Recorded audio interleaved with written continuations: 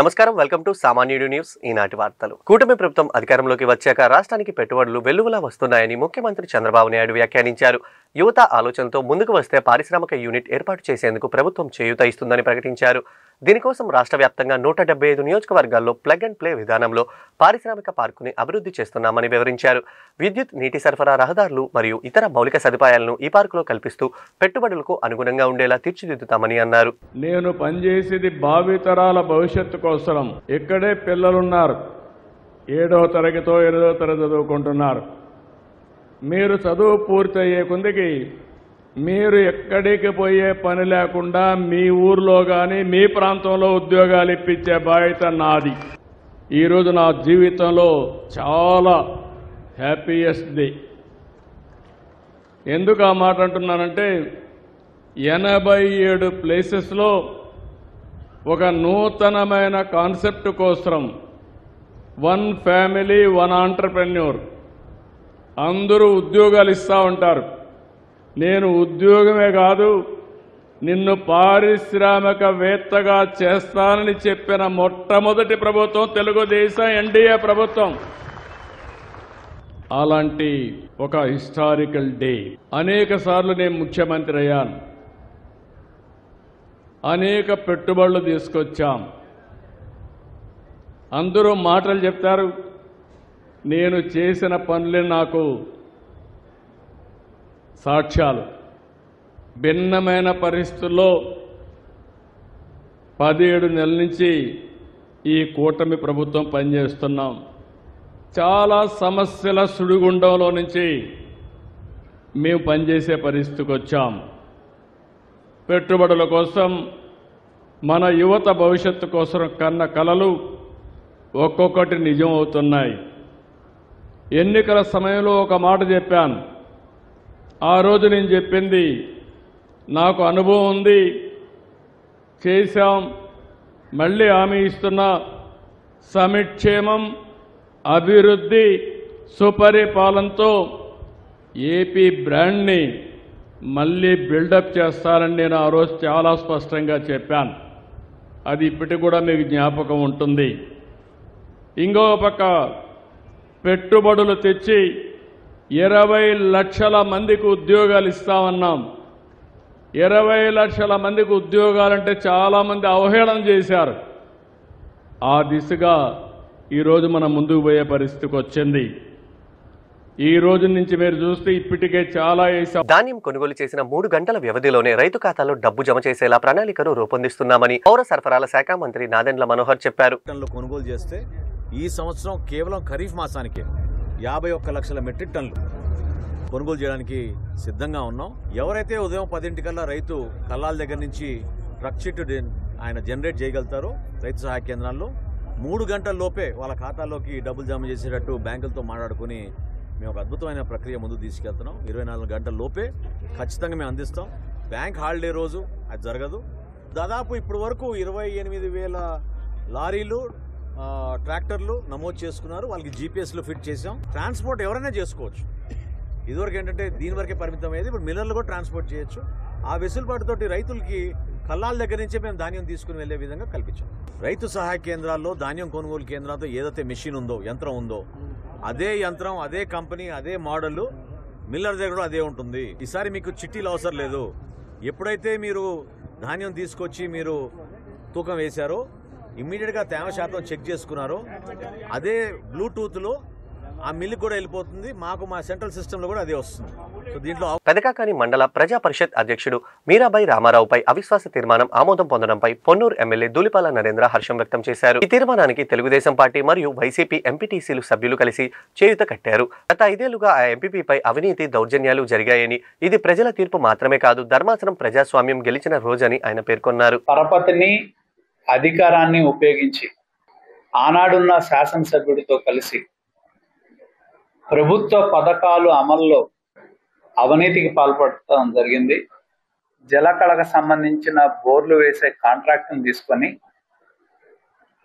రైతుల దగ్గర నుంచి, ప్రతి ఒక్క రైతు దగ్గర నుంచి 10 నుంచి 20 వేల రూపాయలు అక్రమ వసూళ్లు చేసి, పైగా నాణ్యత కలిగిన పరికరాలు ఏమన్నా వేశారా అంటే అది లేదు.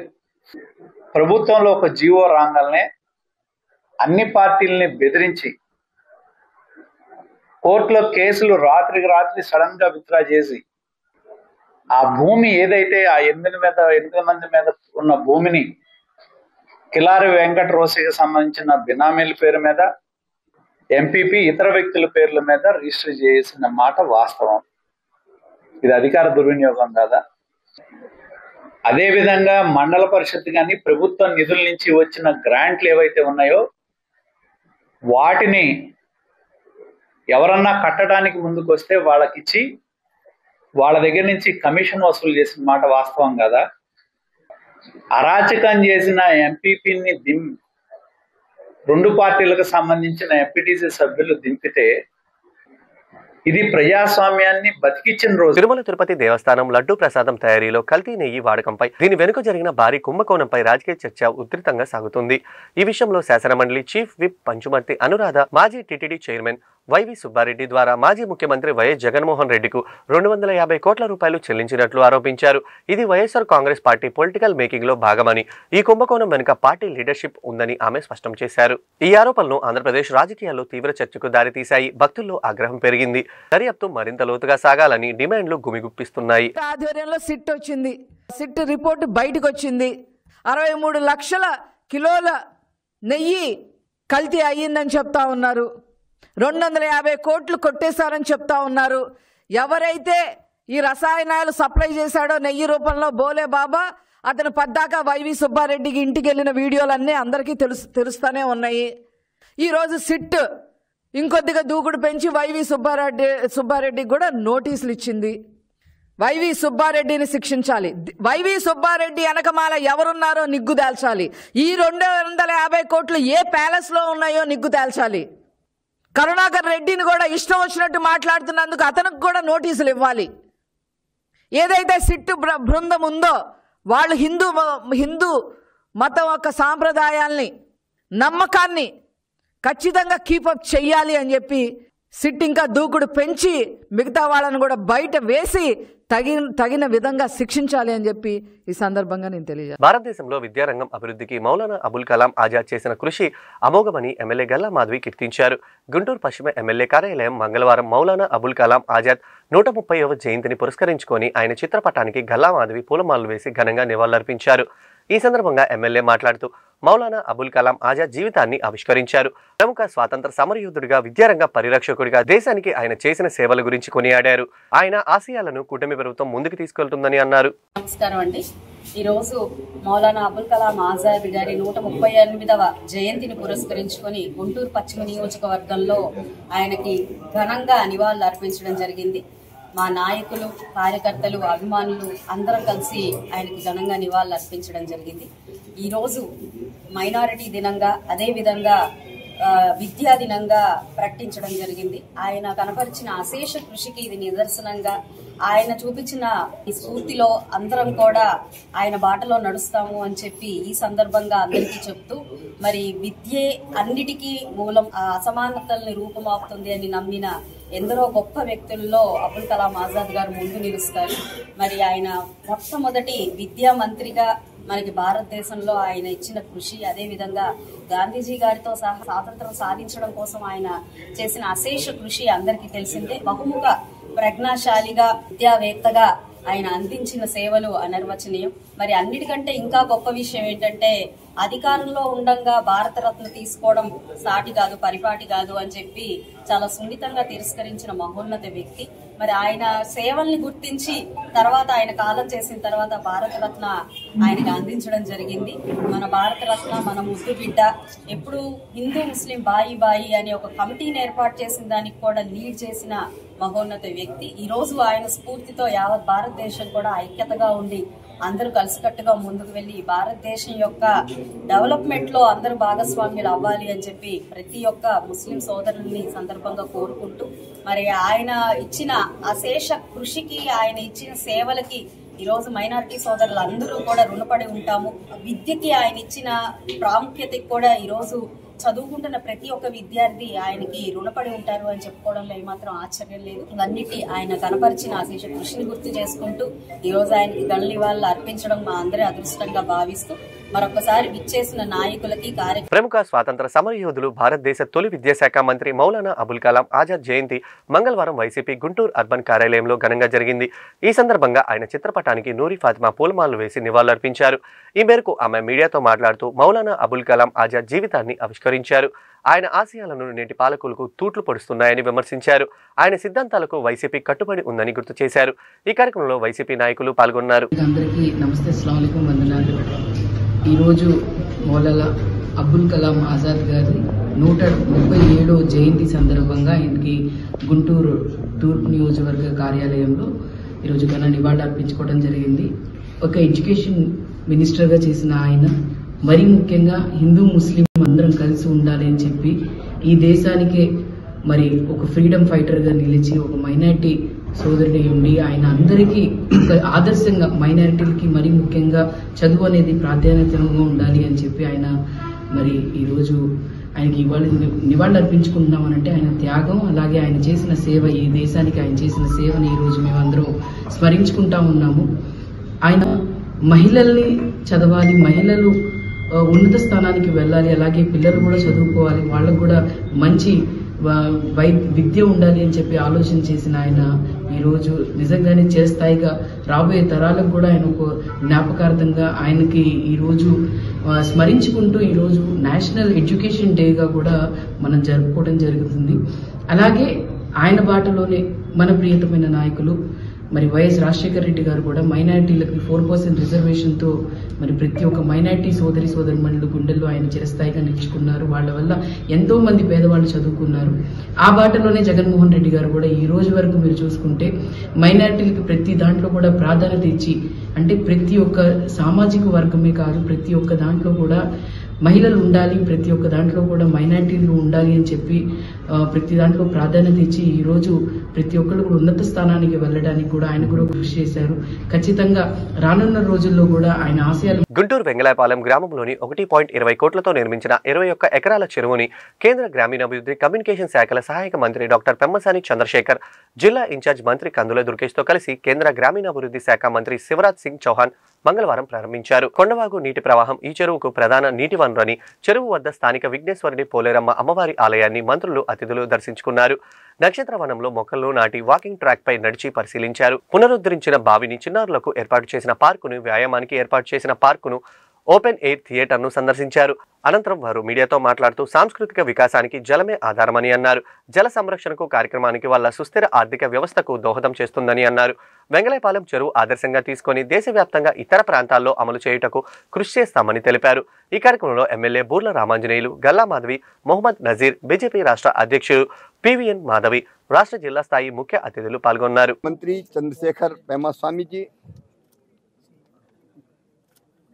हमारे लोकल एमएलएज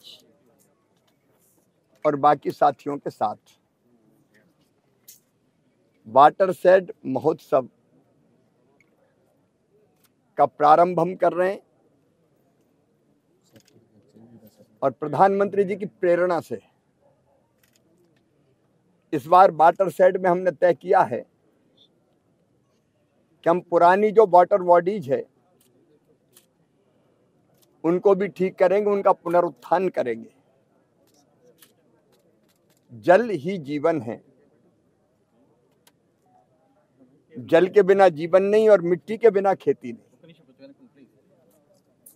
तो पानी भी बचाना पड़ेगा और मिट्टी सॉइल भी बचानी पड़ेगी। और वाटरशेड की योजना, प्रधानमंत्री सूक्ष्म सिंचाई योजना,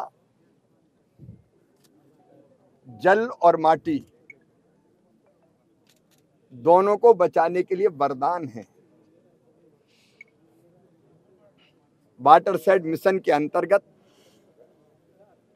कई वाटर बॉडीज बनी पहले, चेक डैम, स्टाफ डैम, बोरी बंधान, पर्कुलेशन टैंक, जिससे वाटर रिचार्ज भी हुआ। 6-6 मीटर तक पानी ऊपर आया, अंडरग्राउंड वाटर का लेवल इंक्रीज हुआ,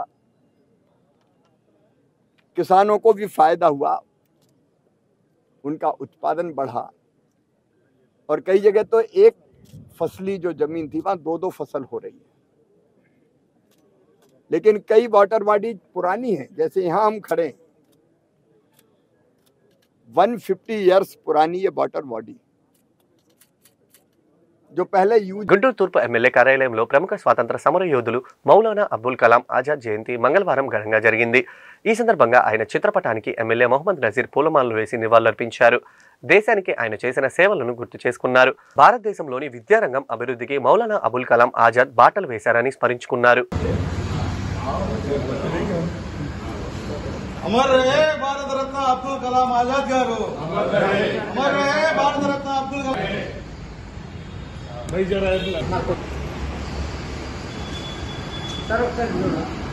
గుంటూరు ఎల్వీఆర్ క్లబ్ ఆత్మనిర్భర్ భారత్ అభియాన్ కార్యక్రమం మంగళవారం సాయంత్రం ఘనంగా జరిగింది.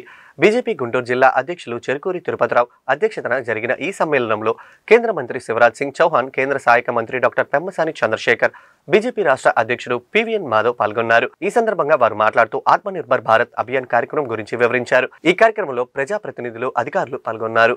आत्मनिर्भर भारत के लिए हम अपने देश में बनी चीजें खरीदने की कृपा करें, ये मेरा आपसे निवेदन है। और एक निवेदन और समय की सीमा को देखते हुए करना चाहता हूँ।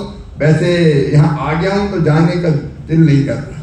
एक गाना हिंदी में दिल कहे रुक जा रे रुक रहा, तू यहीं पे कहीं जो बात गुंटूर में है कहीं पे नहीं। लेकिन आज समय की सीमा है, मुझे आज कल कैबिनेट की मीटिंग है, इसलिए आज रात की फ्लाइट से मुझे दिल्ली निकलना पड़ेगा। अभी बिहार में चुनाव संपन्न हो रहे हैं, बिहार की आज वोटिंग है, फाइनल वोटिंग, और फाइनल वोटिंग के पहले ही फाइनल हो गया। मैं आज गुंटूर वालों आपसे कह रहा हूं, एनडीए भारी बहुमत से सरकार बना रहा है। वो जंगल राज लालू का और इंडी गठबंधन का लोग भूले नहीं है। अच्छा, उनको मुद्दे भी क्या मिले? डेवलपमेंट मुद्दा नहीं मिला, मुद्दा मिला एसआईआर, वोट चोरी, वोट चोरी, वोट चोरी। वोट चोरी तो कर्नाटक में कैसे तुम्हारी बन गई? वोट चोरी तो हिमाचल में तुम्हारी कैसे सरकार बन गई?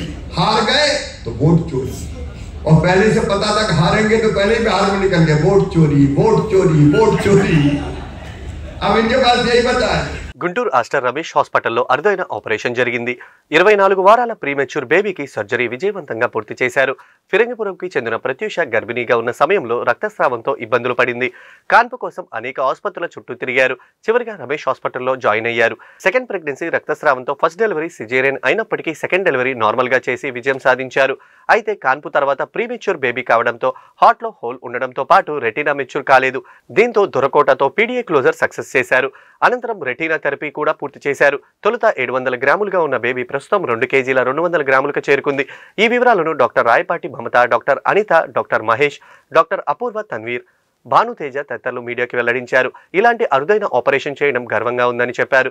అత్యాధునిక పరికరాలు, టీం వర్క్ చేయడం ద్వారా క్రిటికల్ సర్జరీని విజయవంతం చేయడం జరిగిందని తెలిపారు. చాలా డైనమిక్ టీమ్, ఏ టైం అని వాళ్ళు చూసుకోరు, ఎన్నింటికి వస్తున్నాము, ఎన్నింటికి వెళ్తున్నాము, ఏమీ చూసుకోని టీం దొరికారు. First of all thanks to the team. Second thing is about parents అండి. కొంచెం ఏదన్నా తేడా రాగానే ఆల్టర్నేట్ చూసేసుకోవటం ఆర్ వెళ్ళిపోవాలని అనుకోవటం చేయకుండా మా మీద పూర్తిగా నమ్మకంతో కరెక్ట్గా చేస్తున్నామని, అదే దట్ నమ్మకం is the base for lot of things. ఇవాళ లేనిది ప్రీవియస్గా ఉన్నది ఏంటంటే డాక్టర్కి పేషెంట్కి మధ్యలో నమ్మకం. ఇలా నమ్మకం పెడితే ఇలాంటి రిజల్ట్స్ వస్తాయి అనే దానికి ఎగ్జాంపుల్ వాళ్ళు.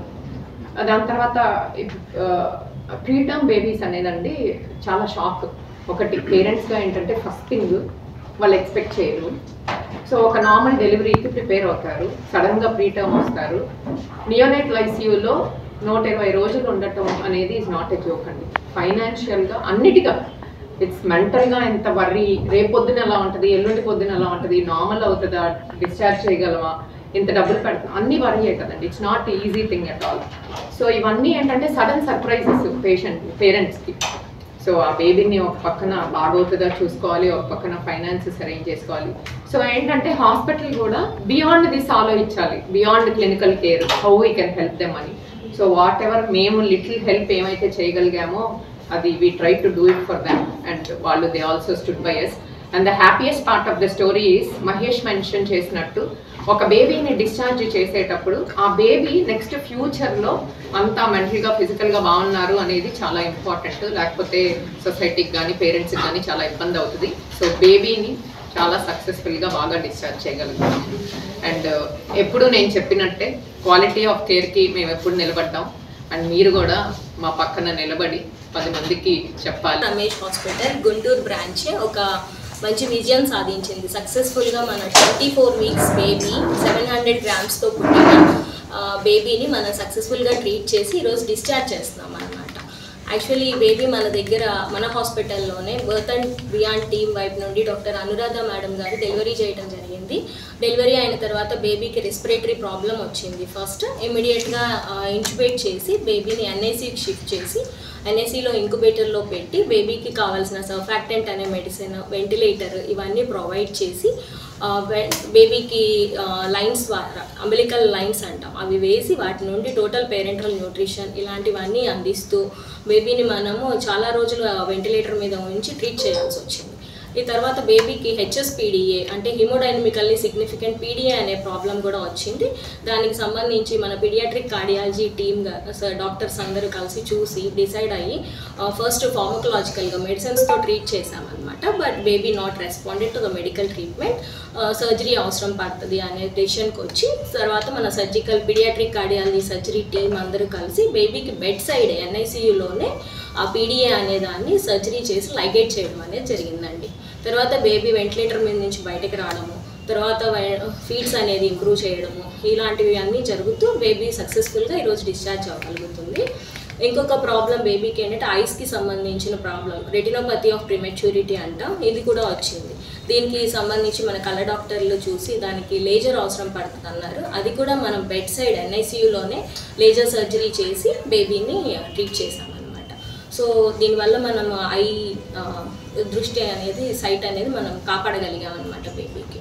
ఇలాగ బేబీకి ఇవన్నీ కూడా బెడ్ సైడ్ అయినాయి. పుట్టినప్పటి నుంచి డిశ్చార్జ్ చేసేటప్పటి వరకు ఏ ట్రీట్మెంట్ ఉందో అంతా కూడా ఎక్స్రేస్ దగ్గర నుంచి స్కాన్స్ దగ్గర నుండి సర్జరీలు ప్రొసీజర్స్ అన్నీ కూడా బెడ్ సైడ్ ఎన్ఐసీలోనే జరిగాయి. ఏ దేనికి కూడా మనం బేబీని ఎన్ఐసీ నుండి బయటకు కదిలించిందే లేదు. మనకి అంతా వెల్ అడ్వాన్స్డ్ ఎక్విప్మెంట్ 24/7 అందరూ డాక్టర్స్ కానీ స్టాఫ్ కానీ. ఈ వార్తలు ఇంతటితో సమాప్తం. తిరిగి మరో బులెటిన్లో మళ్ళీ కలుద్దాం. నమస్కారం.